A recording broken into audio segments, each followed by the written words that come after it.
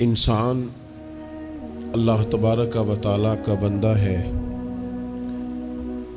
اور اس کا وجود، اس کا دل، اس کی روح، ہر چیز اللہ کے دست قدرت میں ہے۔ جس طرح یہ اپنی مرضی سے دنیا میں نہیں آیا، اللہ تعالیٰ کی مرضی سے آیا ہے، اسی طرح یہ نہیں ہو سکتا کہ جس طرح انسان چاہے اس طرح اس کے اوقات گزرے۔ محنت کرنا، کوشش کرنا، جد و جہد کرنا اس کی ذمہ داری ضرور ہے، لیکن ہوگا وہی جو رب چاہے گا۔ اللہ تبارک و تعالیٰ نے انسانی زندگی میں تمام موسم رکھے ہیں۔ بچپن کا موسم، جوانی کی بہار، بڑھاپے کے اوقات، اپنوں کا ملنا، اپنوں کا بچھڑنا،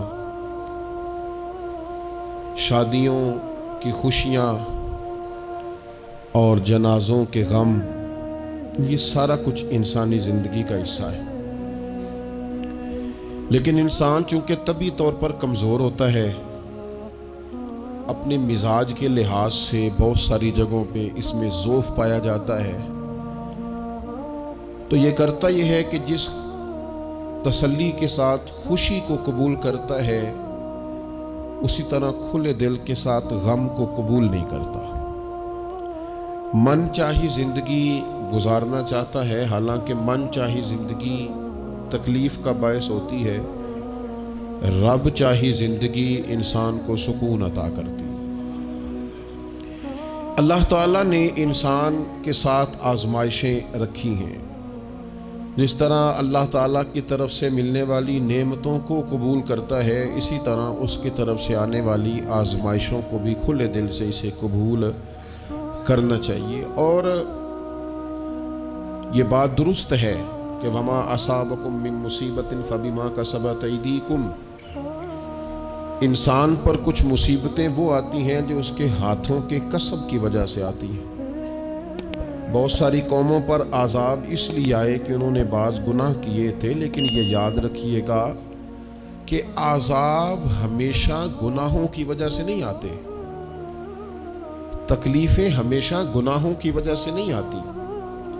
انسان دکھوں میں، مشکلات میں صرف اپنی غلطیوں کی وجہ سے نہیں الجھتا، بلکہ نبی پاک علیہ الصلوۃ والسلام نے فرمایا ہے، اللہ تعالیٰ کسی بندے کو کوئی درجہ دینا چاہتا ہے، اس کے اعمال اس طرح کے نہیں ہوتے کہ اسے درجہ دیا جائے، اللہ اسے کسی مشکل میں ڈال کے اس کے درجے کو بلند فرما دیتا ہے۔ بلندی درجات کے لیے، قرب الہی کے لیے، اللہ تبارک و تعالیٰ کی بارگاہ کی معرفت کے لیے بھی مصائب آتے ہیں۔ آپ دیکھیے نا، نبی پاک صلی اللہ تعالیٰ علیہ وسلم نے فرمایا سب سے زیادہ تکلیفیں انبیاء پہ آتی ہیں، اور فرمایا میں اللہ کا محبوب ہوں، انبیاء کا سردار ہوں، میرے اوپر سب سے زیادہ تکلیفیں آئی ہیں، آزمائشیں آ جاتی ہیں، اور رب فرماتا ہے وَلَنَبْلُوَنَّكُمْ بِشَيْءٍ مِّنَ الْخَوْفِ وَالْجُوعِ، ہم ضرور تمہیں آزمائیں گے، کچھ خوف کے ساتھ، کچھ بھوک کے ساتھ، وَنَقْصٍ مِّنَ الْأَمْوَالِ وَالْأَنفُسِ وَالثَّمَرَاتِ، ضرور تمہیں آزمائیں گے پھلوں کی اور جانوں کی کمی کے ساتھ۔ اگر تم اس میں ثابت قدم رہے، شکوے نہ کیے، اپنے رب کی رضا پہ تم راضی رہے، تو وَبَشِّرِ الصَّابِرِينَ، اے محبوب پھر جو میری رضا پہ صبر کریں انہیں میری جنت کی خوشخبری بھی عطا فرما دے۔ ہم تمہیں ضرور آزمائیں گے، خوف بھی، بھوک بھی، مالوں اور جانوں کی کمی بھی۔ مومن کی یہ شان ہوتی ہے کہ وہ کسی بھی موقع پر اپنے رب سے شکوہ نہیں کرتا، کسی بھی حال میں اپنے رب کی شکایت نہیں کرتا۔ نبی کریم علیہ الصلوۃ والسلام نے فرمایا، اگر اللہ تعالیٰ کسی بندے کو بیمار کرے اور پھر اس بیماری پر وہ صبر کرے اور آنے والوں سے رب کا شکوہ نہ کرے، تو فرمایا اللہ تعالیٰ نے جو گوشت اسے دیا ہوتا ہے اس سے بہتر گوشت اللہ اسے عطا کر دیتا ہے۔ اگر اللہ تعالیٰ کی حکمت غالب ہو اور تقاضا اس بیماری میں اس بندے کے انتقال کے کر جانے کا ہو، تو فرمایا پھر اللہ تعالیٰ اسے شہادت کا درجہ عطا فرما دیتا ہے۔ آزمائشیں آ جاتی ہیں، انسان پر مصائب آ جاتے ہیں، دکھ آ جاتے ہیں، تکلیفوں کا سامنا بندے کو کرنا پڑ جاتا ہے۔ اب یہ کہ اس میں اپنے دل کو، اپنی روح کو قرار دیا جائے، اپنے آپ کو اللہ کی رضا پہ کھڑا کیا جائے اور ان حوادث کا مقابلہ کیا جائے، ان چیزوں کو دیکھا جائے اور یہ غور کیا جائے کہ میرا رب اگر اسی بات میں راضی ہے تو یقیناً اس میں اللہ کی کوئی خاص حکمت ہوگی۔ قحط حضرت عمر کے زمانے میں بھی آ گیا تھا، بڑی مشکلات کا سامنا کرنا پڑا۔ تو ان مصائب میں انسان کو تھوڑا سا پہلے تو ہمت کرنی ہے، پھر اس میں کرنے کا جو کام ہے وہ یہ ہے کہ سب سے پہلا کام تو یہ ہے کہ اپنے رب کی بارگاہ میں کھل کے دعا مانگی جائے، اللہ تبارک و تعالیٰ کے حضور التجائیں کی جائیں، دعائیں کی جائیں، رب کریم کو منایا جائے۔ حضرت عمر فاروق رضی اللہ تعالیٰ عنہ کے زمانے میں جب قحط آیا تھا تو حضرت عمر نبی پاک علیہ السلام کے چچا کو حضرت عباس رضی اللہ تعالیٰ عنہ کو لے کے میدان میں نکلے تھے، اور کیا خوبصورت لفظ انہوں نے ترتیب دیے تھے، عرض کرتے تھے مالک پہلے ہم تیری بارگاہ میں محبوب پاک کو لے کے آیا کرتے تھے، آج محبوب نے ظاہری وصال کیا ہے تو تیرے محبوب کے چچا کو لے کے آئے ہیں، تو اے اللہ تو مہربانی فرما اپنے محبوب کے چچا کا صدقہ ہمیں بارش عطا فرما۔ تو بس حضرت عمر نے وہ دعا مانگی، حضرت عباس کو وسیلہ بنایا تو اللہ نے بارش عطا فرما دی۔ اچھا پھر یہ دونوں چیزیں ہمیں حدیث صحیح میں ملتی ہیں۔ ایک نوجوان نے، ایک شخص نے آ کے حضور کی بارگاہ میں عرض کی یا رسول اللہ بارش نہیں ہوتی، دعا کر دیں، تو نبی پاک نے ہاتھ اٹھائے دعا کے لیے، اتنے ہاتھ بلند کیے کہ بغلوں کی سفیدی نظر آنے لگی۔ وہ کہتے ہیں ابھی محبوب کے دست مبارک پوری طرح چہرے پر پھرے نہیں تھے کہ اللہ نے بارش عطا کر دی۔ پھر پورا ہفتہ بارش ہوتی رہی تو لوگوں کو اب بارش کی کثرت کی وجہ سے بعض مسائل بننے لگے، تو وہ پھر حاضر ہوئے، عرض کی یا رسول اللہ دعا فرما دیں، اب تو کچھ مشکلات بڑھنے لگی ہے۔ تو حضور نے پھر ہاتھ اٹھائے کہ اے اللہ اپنا فضل نصیب فرما، مہربانی فرما، کبھی بارش کی ضرورت ہوتی ہے اور کبھی بارشوں کا کثرت سے ہونا وہ تکلیف کا باعث ہو جاتا ہے بعض جگہوں پر۔ تو کہتے پھر حضور نے دعا فرمائی، ابھی چہرے پہ ہاتھ نہیں پھیرے تھے کہ مدینہ منورہ میں بارش ختم ہو گئی۔ تو سب سے پہلا اور ضروری کام ہمارا آج مزاج بن گیا ہے کہ ہم تبصرے کرتے ہیں، سیاست کرتے ہیں، اس پر بیٹھ کر اب ایک اور دور آ گیا ہے، ویڈیو بناتے ہیں، موبائل چلاتے ہیں، جو کہ بہت بڑا امتحان ہے ہمارے لیے کہ صرف 20 منٹ موبائل کو ہاتھ نہ لگائیں، بہت بڑا امتحان ہے۔ ہو سکتا ہے بہت سارے لوگ بڑی تکلیف میں آ جائیں کہ پورے 20 منٹ گزر گئے، اس پہ ویڈیو بنائیں گے، اس پہ کومنٹس کریں گے، اس پہ یہ کام ہم کرتے ہیں۔ حالانکہ اگر کوئی ایسی مشکل آ جائے تو شریعت نے ہمیں یہ سبق دیا کہ پہلے دعا، پہلے اللہ کی بارگاہ میں حاضری۔ اکبر الہ آبادی نے کہا تھا کہ مصیبت میں بھی اب یاد خدا ہم کو نہیں آتی، دعا منہ سے نہ نکلی، جیبوں سے عرضیاں ہی نکلی۔ ہم محکموں میں درخواستیں دیتے ہیں لیکن دعا کی طرف بڑھتے بڑا خوبصورت کام ہے۔ سب سے پہلے تو یہ کریں کہ وہ جو ہمارے بھائی تکلیف میں ہیں، مجبوری میں ہیں، ان کے لیے اپنے رب کی بارگاہ میں عرض کریں کہ مالک، قدرتوں کا مالک تو تو ہے، ہر چیز تو تیرے دست کرم میں ہے، اور تو کریم اتنا ہے کہ بندوں پہ تو غضب نہیں زیادہ فرماتا، رحمت ہی زیادہ فرماتا ہے، اور تیری رحمت تیرے غضب پر غلبہ رکھتی ہے، اس لیے مالک تو کرم فرما، اور یہ جو لوگ ہیں تو انہیں اپنے فضل سے ہی آسانی عطا فرما تاکہ اس مشکل سے نکل آئیں۔ جن دنوں قحط آیا تھا نا مکہ مکرمہ مدینہ طیبہ میں حضرت عمر کے زمانے میں، تو حضرت عمر فاروق فرماتے ہیں میں نے بغیر گھی کے کبھی کھانا نہیں کھایا تھا، لیکن میں نے قسم اٹھا لی تھی کہ جب تک سب لوگوں کو راشن کھانا میسر نہیں آتا میں بھی گھی نہیں کھاؤں گا۔ یہ جو اضافی اخراجات ہیں، ایڈوانس گاڑیاں بک کرانا، نئے ماڈل کے موبائل خریدنا، یہ جو ہمارے صرف ناز نخرے ہیں، صرف ان کو تھوڑا سا کلوز کر لو۔ عجیب بات ہے نا، عجیب ظلم ہے نا کہ ایک بچہ رات کو اس لیے کھانا نہیں کھا رہا کہ اس کی مرضی کا پکا ہوا نہیں، اور ایک طرف میرے ہی وطن میں اس ویڈیو نے بھی میری چیخیں نکلوا دی جس میں ایک بیٹی، اور اس کی عمر بھی بالکل اتنی ہے جتنی میری بیٹی کی عمر ہے، اس سے وہ صحافی پوچھتا ہے، پاؤں اس کے ننگے ہیں اور پاؤں پہ کیڑے چڑھ رہے ہیں، تو اس سے پوچھتا ہے پتر کیا چاہیے؟ وہ کہتی ہے صرف روٹی کھانی ہے، کوئی مطالبہ نہیں، کوئی مطالبہ نہیں، روٹی دا دکھ نہ پوچھو، یہ روٹی بندہ کھا جاندی جی، روٹی بندہ کھا جاتی۔ اللہ کریم نے فرمایا وَتَعَاوَنُوا عَلَى الْبِرِّ وَالتَّقْوَى، جب تقوی اور پرہیزگاری کا معاملہ ہو تو ایک دوسرے کے ساتھ تعاون کرو، ایک دوسرے کے ساتھ تعاون کرو، ایک دوسرے کا آگے بڑھ کے بازو تھامو، خیر کے کاموں میں ایک دوسرے کی مدد کرو، آگے نکلو۔ ہو جاتا ہے کبھی کبھی ایسا کہ ایک بھائی کے پاس بہت زیادہ مال ہوتا ہے، دوسرے کے پاس کم ہوتا ہے، اور نبی پاک صلی اللہ تعالی علیہ وسلم نے ارشاد فرمایا کہ یاد رکھنا اللہ تبارک و تعالی اتنی دیر تک تمہاری مدد کرتا ہے جب تک تم اپنے بھائی کی مدد کرتے رہتے ہو، اللہ تمہارا مددگار رہتا ہے۔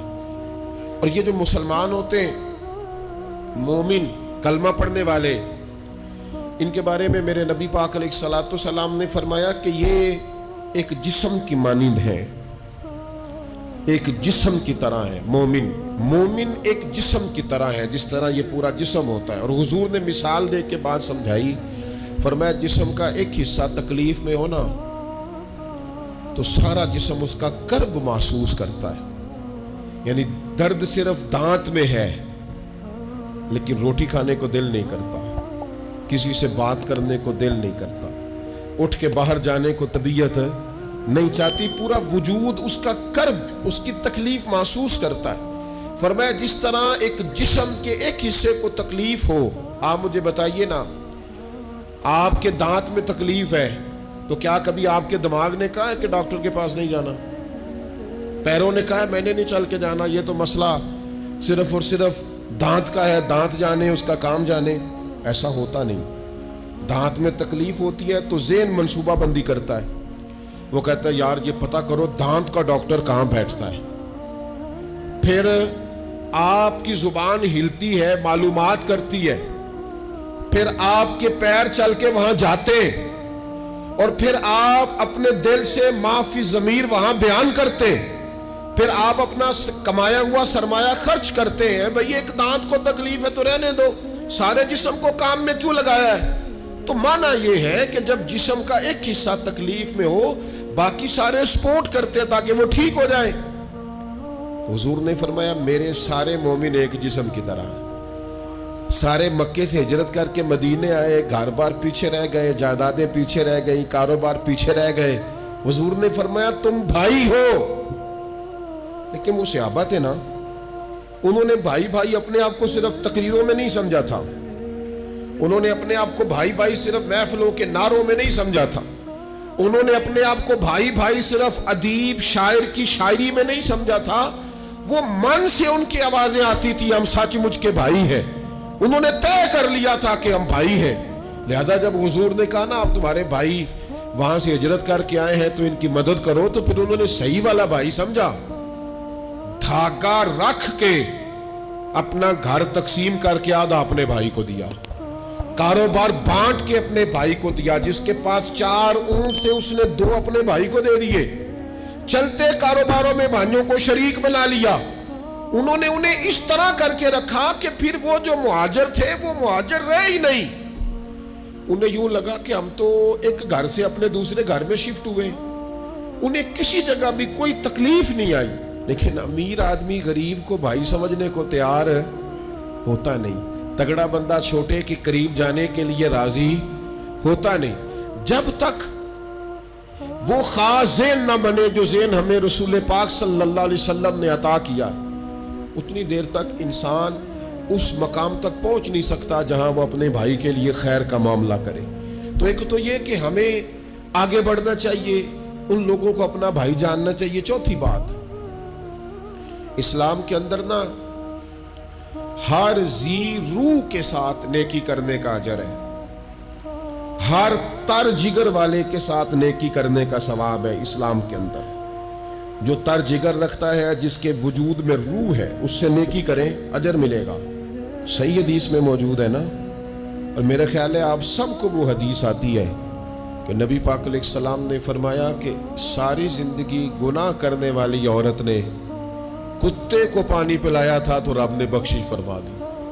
کتا حلال جانور بھی نہیں, کتے کو پانی پلایا, ساری زندگی کے گناہ تھے, اللہ نے معاف کر دیا. کوئی بھی تر جگر والا ہو, آپ مجھے بتائیے ایک کتے کو پانی پلانے سے رب معاف کرتا ہے, تو اگر کوئی کسی انسان کی خدمت کرے اور نرا انسان نہیں مسلمان, اور نرا مسلمان نہیں مدینے والے کا غلام, رسول اللہ کا کلمہ پڑھنے والا, اس کے ساتھ نیکی کرنے سے اللہ کتنا اجر عطا فرمائے گا. تو عزیز بھائی, مخلوق خدا سے جب لوگ پیار کرتے ہیں, جب لوگ محبت کرتے ہیں, اور جب ہمارے دل نرم, ہمیں نا مادہ پرست بنایا گیا ہے کچھ عرصے سے, ہمارا ذہن بنا دیا ہے, اور یہ ڈھیر سارے لوگ ہیں جو تقسیم کرتے ہیں ذہنوں کو, ڈھیر سارے لوگ, اس میں بعض مذہبی لوگ بھی شامل ہیں اللہ ماشاءاللہ, جو ذہن تقسیم کرتے ہیں, چھوٹی چھوٹی اپنے لالچ کے لیے لوگوں کو ایک دوسرے سے دور کرتے ہیں. یہ تقسیم کار ہمارا عام حصہ ہے, عام جز ہے. یاد رکھنا, جب قومیں مادہ پرست ہو جاتی ہیں نا, جب وہ ہر چیز کو پیسے میں تولتی ہیں اور پہلے اپنا نفع دیکھتی ہیں, پھر وہ معاشرہ انسانوں کا معاشرہ نہیں رہتا, وہ تاجروں کا معاشرہ ہوتا ہے. وہاں ہر چیز سیل ہوتی ہے, بیچی جاتی ہے. دوستو, قلبی طور پر جب دلوں میں گنجائش ہوتی ہے, جب ہمارے دلوں میں وسعت ہوتی ہے, جب ہمیں پیار کرنا آتا ہے, 2 آدمیوں کا کھانا 3 آدمی کھا سکتے ہیں. شرط یہ ہے کہ وہ تیسرے کو بٹھانے کی وسعت رکھتے ہوں. 4 آدمیوں کا کھانا 5 آدمی کھا سکتے ہیں. شرط یہ ہے کہ ان کے دلوں میں گنجائش موجود ہو. یاد رکھنا, ایک چھت کے نیچے ایک ہی گھر کے اندر 4-5 خاندان گزارا کر سکتے ہیں. شرط یہ ہے کہ ان کے دلوں میں گنجائش موجود ہو. شرط یہ ہے کہ وہ قلبی کیفیات وہی رکھتے. لیکن ہمیں نا کچھ مست سا کر دیا گیا ہے اپنی اپنی دنیا داری میں, کچھ محو سے ہیں, کچھ اس طرح کا ماحول بنا دیا گیا, مجھے کیا لینے دیں مجھے. مذہبی لوگ بھی اتنے لاکھ کی محفل نعت, اتنے لاکھ کا عرس, اتنے لاکھ کی فلانی شے. او خدا کے بندو, کچھ دیر کے لیے چھوڑ لو, کچھ دیر کے لیے مہربانی کر لو, اور دیکھو تو صحیح ضرورت کس چیز کی زیادہ ہے. چلو کوئی تو گنجائش پیدا کرو زندگی میں, کہیں کسی ایک چیز کو روک لو. مستحب کا اور واجب کا فرق ہی نہیں سمجھتے. اقبال کہنے لگے, یہ کسی شوخ نے لکھ دیا یہ جملہ محراب مسجد پر, کہ یہ ناداں گر پڑے سجدے میں جب وقت قیام آیا. وقت تو قیام کا تھا, تم سجدوں میں ہو. اٹھنے کا ٹائم تھا, لوگوں کی مدد کرنے کا وقت تھا, اور تم ابھی بھی اپنے ختمات شریف میں الجھے ہوئے ہو. کل 10واں چہلم مستحب ہے, 2 آدمی بیٹھ کے ختم دلا لیں, ہو جاتا ہے. یہ باقی کا لاکھوں روپے کا مال ان جگہوں پہ پہنچایا جائے جہاں ضرورت ہے. محفل نعت آپ کے محلے کا نوجوان بھی نعت پڑھ سکتا ہے, مقامی خطیب کو بھی تقریر آتی ہے, ہر جمعے کرتا ہے, اور بڑے کام ہے کرنے والے.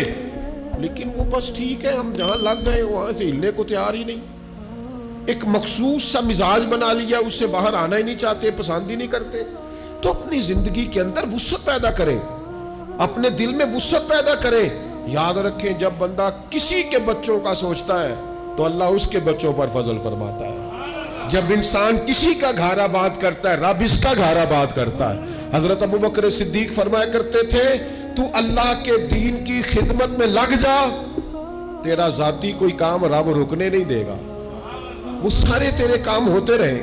ہم کیا سمجھتے ہیں کہ تگڑی تقریروں سے لوگوں کو قریب کر لیں گے, کہ ہم کیا سمجھتے ہیں کہ بڑے بڑے پوسٹر لگائیں گے محفلوں کے تو لوگوں کو, ہم کیا سمجھتے ہیں حساب صرف نمازوں کا ہونا ہے, ہم کیا سمجھتے ہیں کہ حساب صرف ہم سے سجدوں کے بارے میں پوچھا جائے گا. یہ بھی سوال ہوگا, یہ بھی صحیح بخاری مسلم میں موجود ہے, صحیح حدیث میں موجود ہے کہ رب فرمائے گا, او بندے میں بھوکا تھا تو نے مجھے روٹی نہیں کھلائی, میں پیاسا تھا تو نے پانی نہیں پلایا, کپڑوں کی حاجت تھی تو لے کے نہیں آیا، بیمار تھا تو نے تیمارداری نہیں کری، مالک تو کھانے سے پاک، پینے سے پاک، پہننے سے پاک، بیماری سے پاک۔ تو رب کریم فرمائے گا وہ جو تیرے پڑوس میں بندہ بیمار تھا تو میں ہی تو تھا نا، وہ جو تیرے پڑوس میں آدمی بھوکا تھا تو بندہ تو میرا ہی تھا نا، وہ جو تیرے دائیں بائیں لوگوں کو حاجت تھی تو وہ میرے ہی بندے تھے۔ خدا کے بندے تو ہیں ہزاروں، بنوں میں پھرتے ہیں مارے مارے، میں اس کا بندہ بنوں گا جس کو خدا کے بندوں سے پیار ہوگا۔ کچھ نہ تھوڑا سا اپنے دلوں میں وہ کیا بات کی تھی ساگر نے، اس نے کہا تھا کہ یہی ہے ذوق عبادت کی انتہا ساگر، او غم حیات کے ماروں کا احترام کرو۔ یہ جو غم حیات کے مارے ہیں ان کا احترام کرو۔ 100 گھر تھا مدینہ شریف میں، امام ابو نعیم نے اس کو لکھا ہے۔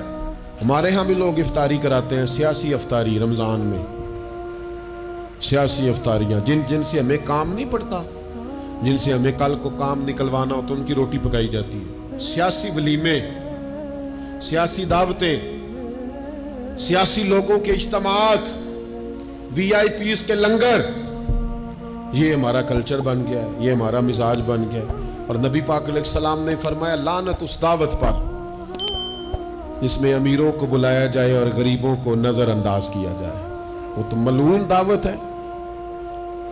100 گھر پورا تھا مدینہ منورہ میں، جس میں 3 وقت کا کھانا، بچوں کے کپڑے، اگر کوئی بیمار ہو جاتا تو دوائیاں، اور دے کون جاتا ہے اللہ ہی بہتر جانتا ہے۔ ایک نقاب پوش آتا تھا، دروازے پہ دے جاتا تھا، نام پوچھتے تھے تو ناراض ہو جاتا تھا، اور یہ ایک دن کام نہیں ہوا، سالوں یہ کام جاری رہا، پتہ ہی کوئی نہیں کون دے جاتا ہے، کوئی خبر ہی نہیں۔ پھر اچانک 2-3 دن ہو گئے، وہ لنگر آنا بند ہوا، وہ اخراجات اٹھانے ختم ہوئے۔ اب لوگ ایک دوسرے سے پوچھنے لگے کہ وہ کھانا تیرے گھر بھی نہیں آیا، تیرے گھر بھی نہیں آیا، پتہ کرو کب سے نہیں آیا، پتہ کرو کب سے نہیں آیا۔ تو طے ہو گیا، جب لوگوں نے تاریخیں لگانی شروع کی، ایک دوسرے کے ساتھ ملانی شروع کی، تو 18 محرم سے میرے گھر نہیں آیا، ہاں ہمارے ہاں بھی 18 محرم سے نہیں آیا، پتہ کرو، تحقیق کرو۔ پتہ چلا کہ 18 محرم کو امام زین العابدین کا وصال ہوا ہے۔ سیدہ پاک کا یہ شہزادہ، امام حسین کا کربلا میں بچ جانے والا یہ جانشین، ایک 100 گھروں میں اور تھوڑی سی آبادی، 100 گھروں میں 2 وقت کھانا، اور اپنے کندھے پہ توڑا رکھ کے، لنگر کی بوری رکھ کے پہنچا کے آتے، اور چہرے پہ نقاب ہوتا، کوئی پوچھتا نام کیا ہے تو ناراض ہو جاتے۔ 100 گھروں میں کھانا جاتا۔ ان کے وصال کے بعد جب غسل دیا جا رہا تھا تو موٹے موٹے نشان تھے کمر پہ، لوگوں نے ان کے بیٹے سے پوچھا کہ یہ کیا ہے، تو فرمانے لگے میرے والد اپنے کندھوں پہ تھیلے رکھ کے آخر عمر تک گھروں میں پہنچا کے آتے رہے۔ لوگوں نے کہا حضور آپ کیوں نہیں جاتے تھے، آپ جوان تھے؟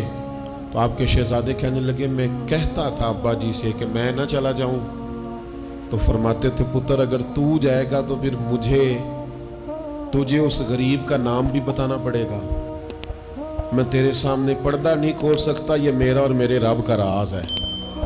اس چپکے کے ساتھ، اس محبت کے ساتھ حضرت امام زین العابدین رضی اللہ تعالیٰ عنہ خدمت کرتے